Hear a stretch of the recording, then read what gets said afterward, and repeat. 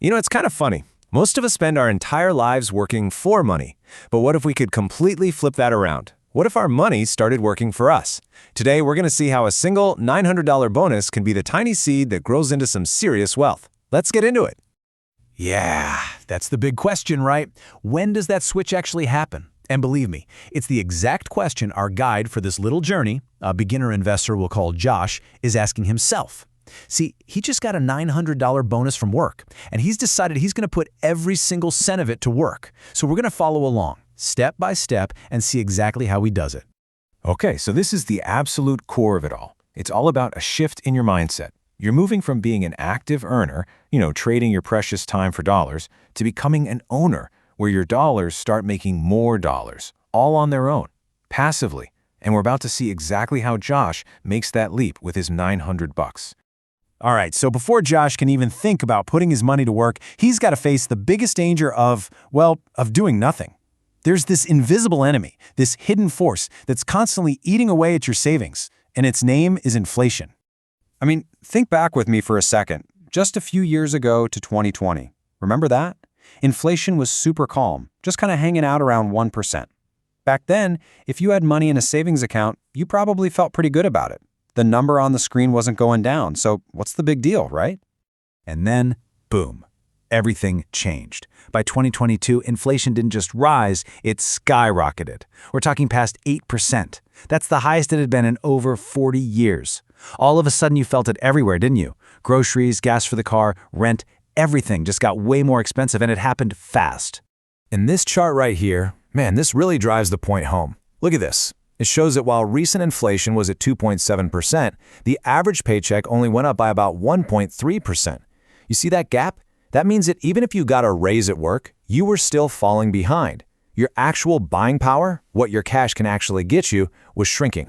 And that's the big aha moment. This is what Josh realized. Doing nothing with his money, it isn't a neutral choice. It's not just hitting pause. It's an active decision. It's a choice to let his money's value shrink.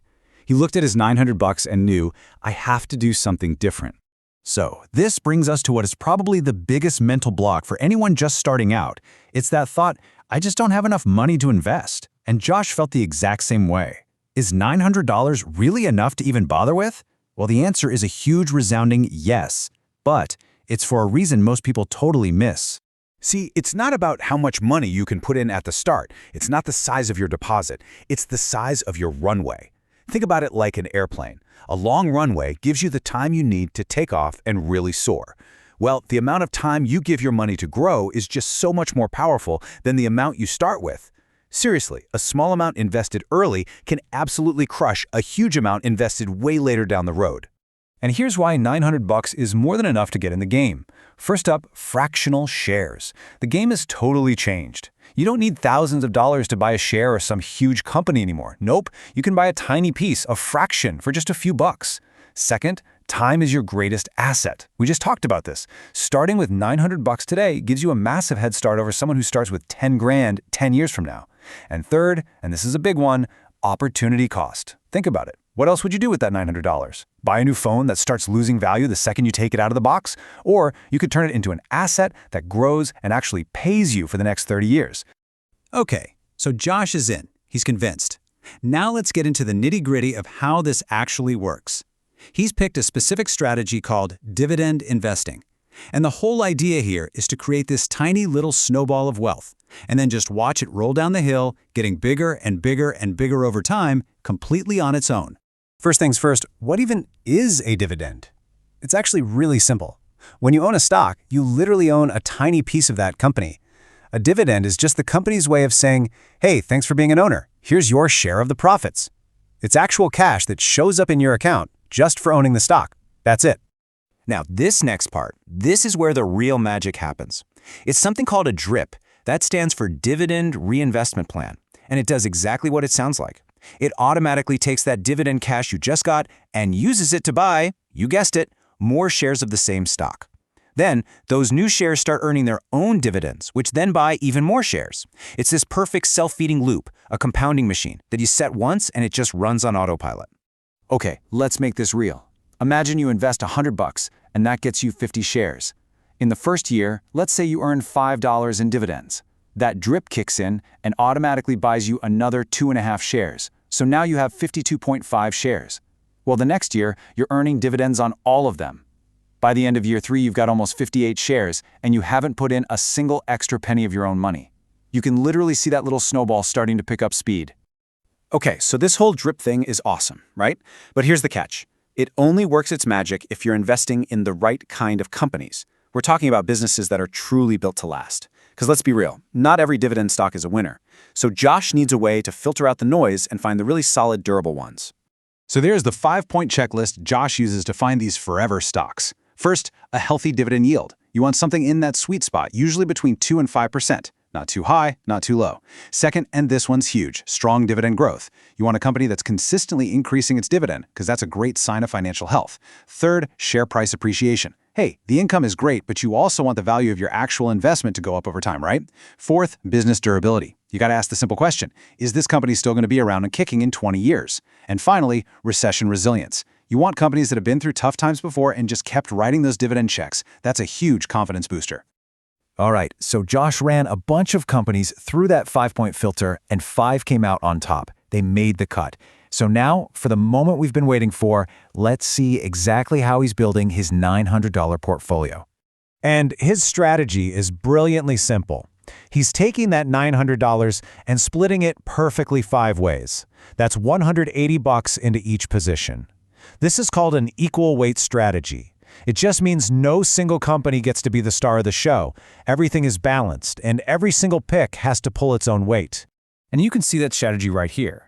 The whole point of doing this, of diversifying, is super important. It spreads your risk out. You're not putting all your eggs in one basket. Your entire $900 investment isn't riding on the success or failure of just one company. So here they are, the Fantastic 5. The foundation of the whole portfolio is SCHD. This is an ETF, which basically gives you instant diversification by bundling together 100 of the top U.S. dividend stocks. Think of it as your safety net. Then you've got AGM, a company that's all about financing the farming industry. Super steady.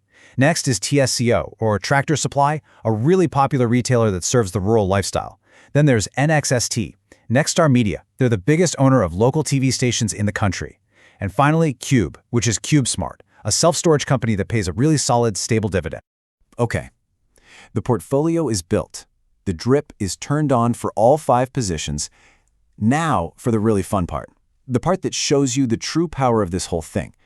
What happens if we fast forward and see what this little $900 investment could look like in 30 years? Just watch how the power of time and compounding works its magic.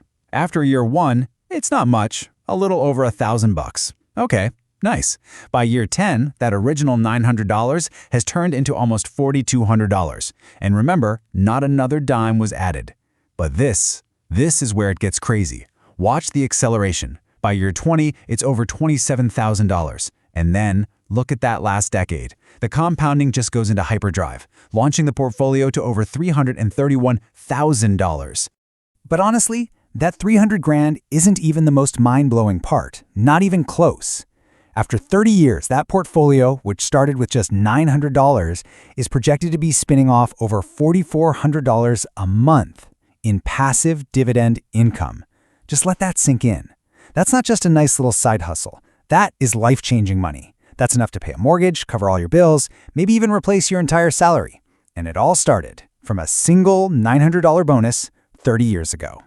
That right there is the power of flipping the script and making your money work for you. So it all comes down to this one simple question. Over the next 30 years, your money has to be somewhere. So where's it going to be? Are you going to let it sit there and slowly shrink in a savings account? Or are you going to put it to work? The choice, as they say, is yours.